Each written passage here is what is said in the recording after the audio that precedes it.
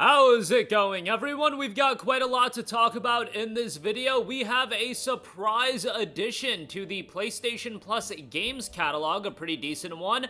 On top of that, there was a day one title that dropped on PlayStation Plus that is being received fairly well. The catalog update did happen, and a lot of other games were added. I thought August was a pretty good month, all things considered, for the PS Plus catalog, and, I've been a little bit more positive than most as far as PlayStation Plus is concerned, so we'll talk about that.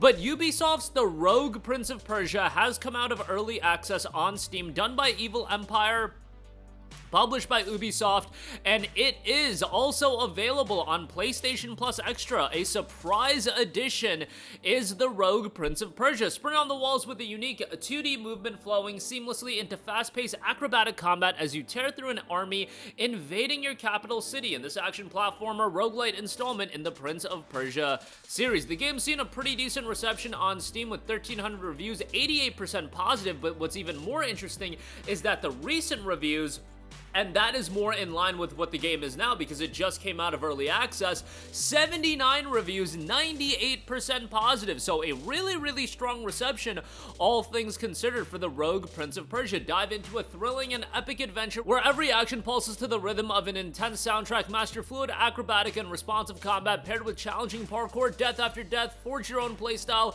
through exploration and encounters. Perhaps you'll find a way to right your wrongs and save the Persian kingdom envisioned by Evil Empire. Shape the legend of a prince spared by death whose fatal mistake doomed his people. Try your best to right your wrongs. Each failure is a new chance to explore different paths, discover secrets, meet new characters, and use the knowledge gained from past attempts to change your people's fate and prove yourself as the true Prince of Persia. Master fast and acrobatic style. As the Prince of Persia, agility is your greatest weapon. Dodge traps, wall run, chain acrobatic combos, and strike with precision.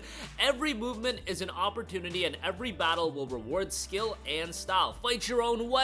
Discover, unlock, and master over 100 unique weapons and medallions. Adapt, upgrade, and customize your build with each run, crafting deadly combinations that fit your playstyle. And one more truly unique run.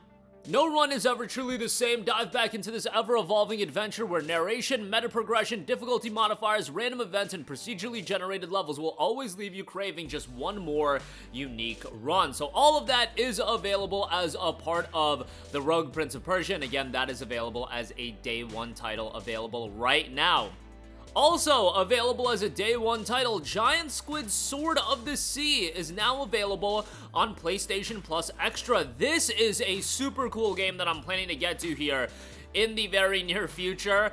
Just a lot of games to work through right now, and a lot of games coming out, but Sword of the Sea, I think, is one that if you are a Plus Extra subscriber, definitely something you should have on your radar. Typically, it's $29.99, but again, with your Plus subscription, you get it as a part of your games catalog. Surf across the magnificent waves of sand and glistening waters on an epic quest to restore a lost ocean from the visionary artist behind Abzu, The Pathless, and Journey. Sword of the Sea is an atmospheric surfing adventure with fast movement inspired by classic skateboarding and snowboarding games. I remember looking more into this game, and I had just been playing a lot of Tony Hawk's Pro Skater, and man, this is the type of game, as far as an aesthetic standpoint, right up my alley. But then you take some sort of skateboarding style of gameplay with some tricks to it as well. Looks like an incredibly unique and compelling game. Carve your way forward on the ancient and powerful hover sword, which moves like a snowboard, skateboard, and surfboard all in one. Build momentum to reach top speed and catch big air off the crest of giant waves. Pull off radical flips, spins, and grab tricks with ease as you shred half pipes, ramps, and wall rides.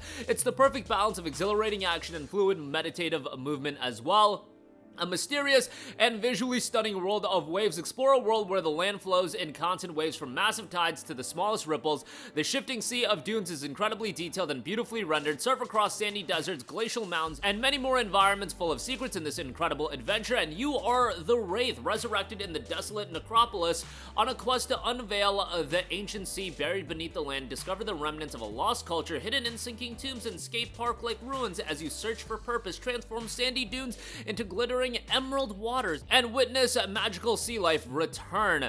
Feel the spiritual magic of surfing as you connect with nature and restore life, but beware, there is also darkness lurking under the waves. A legacy of art, design, and music continues, developed by the renowned indie team Giant Squid, which, by the way, A Giant Squid, I feel like their games are very serene, relaxing, so if you're into that kind of experience, this might be something you want to check out. It features the unique artistic design of creative director Matt Nava and beautiful music composed by Austin Winnery. Longtime creative partners, their works together include beloved indie games Abzu the Pathless and the legendary award-winning game Journey. Journey was, I don't want to say an acquired taste, I feel like most people really did enjoy it, but some people it didn't click with as much, but Sword of the Sea available now as a Day 1 Plus extra title, so check that out as well. And the rest of the Plus catalog is live right now as well. You've got Mortal Kombat 1 added to the service. You've got Spider-Man Remastered, Sword of the Sea, like I said, Earth Defense Force 6, Unicorn Overlord, which is an awesome addition given that that game still goes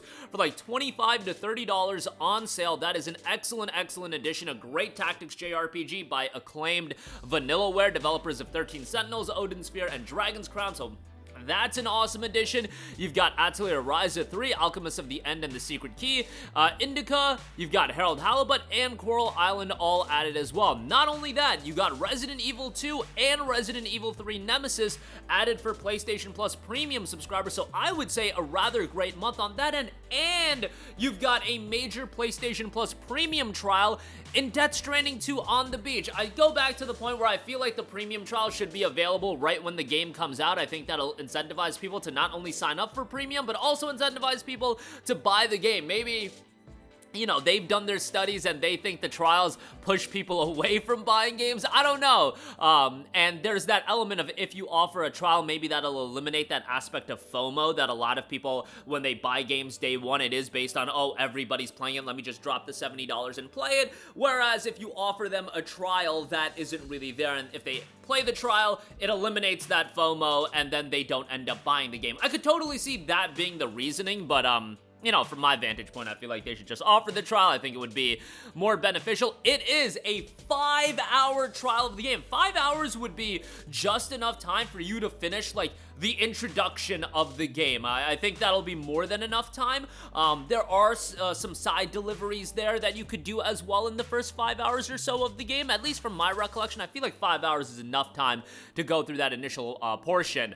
The game is incredible. I think this is number 2 as far as Game of the Year. I still give it to Expedition. My ranking right now would be Expedition 33, Death Stranding 2, Donkey Kong, and that's probably the most generic top 3 that anybody could have, but I would rank them in that order, and maybe the ordering of those 3, I think that's what people go back to. I probably would rank Mafia: The Old Country higher than most. I ended up really enjoying that game, and you know, there's titles out there that I really did like Dynasty Warriors Origins, that would probably fall a little bit lower, but I did really like them.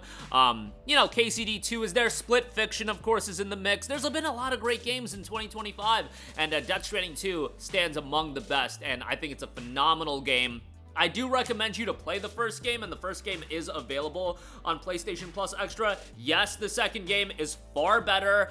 It improves upon the first game in so many areas, but I really like the first game, and, you know, the first game was a little bit divisive, and I still think the second game, like, if you hated the first game, I don't really think the second game is gonna win you over. Yes, it improves upon it. Yes, the gameplay is better. The combat is more plentiful and engaging, but I still think some of the core fundamentals will push away the people that really didn't like Death Stranding. But, you know, trial available here, 5 hours of gameplay, definitely something I would recommend you to check out. So check that out as well. And that is gonna do it for me. Again, a brand new PlayStation Plus title with Rogue Prince of Persia. Go check that out. Sword of the Sea, Day 1 title, and the rest of the Plus Extra catalog available right now as well. That'll do it for me. Let me know all of your thoughts in the comments section down below. Sound off there. Thank you for watching, and goodbye. Hey guys, we hope you enjoyed the video, and if you did, make sure to hit the subscribe button, and if you're already subscribed, do us a favor and hit the bell icon. This way you'll be notified whenever we post a new video. That's the best way to keep up with all of our uploads, and we usually try to upload 2 videos a day. And with the bell icon hit, you'll be notified whenever we do upload a video. As always, thanks for watching.